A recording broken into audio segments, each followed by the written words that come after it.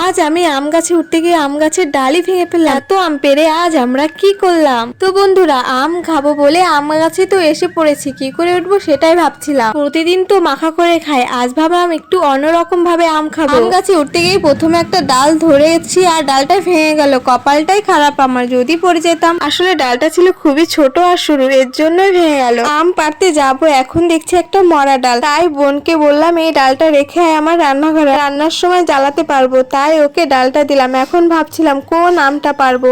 কোনো আমি হাত দিয়ে পারতে পারছিলাম না, তবে অবশেষে একটা আম পারতে পেরেছি। আর কোনো আমি হাতের নাগালে ছিল না, কারণ আমগুলো অনেক দূরে দূরে ছিল। তাই গাছ থেকে নেমে পড়লাম। এখন আমি লাঠি দিয়েই আম পারবো।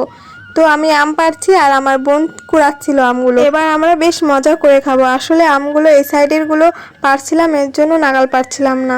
আর এদিকে ঘরের সাইডে পারলে ঘরের ভিতরে অনেক আম ঝুলে ঝুলেছিল, কিন্তু ওইগুলো পারবো না বলে আর পারিনি।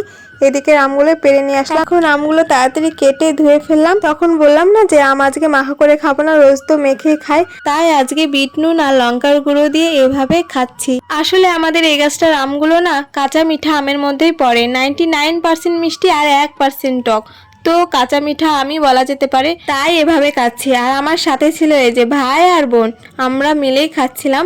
আর এভাবে খেতে না আমার কাকাও খুব পছন্দ করে, ছোট কাকা। তাই ছোট কাকার জন্য বাটিতে করে পাঠিয়ে দিয়েছিলাম। আর এভাবে খেতে আমার বেশ লাগে। তোমাদের কেমন লাগে অবশ্যই কমেন্টে জানিও। আর এভাবে খেয়ে দেখো, খুব ভালো লাগবে একদিন। আমাদের আম গাছটা না আমরা লাগাইনি, একাই হয়েছিল। আর এত সুন্দর আম হবে ভাবতেই পারিনি। কাঁচা মিঠা আর পাকলেও না খুব ভালো লাগে খেতে, তবে বেশি পাকলে ভালো লাগে না।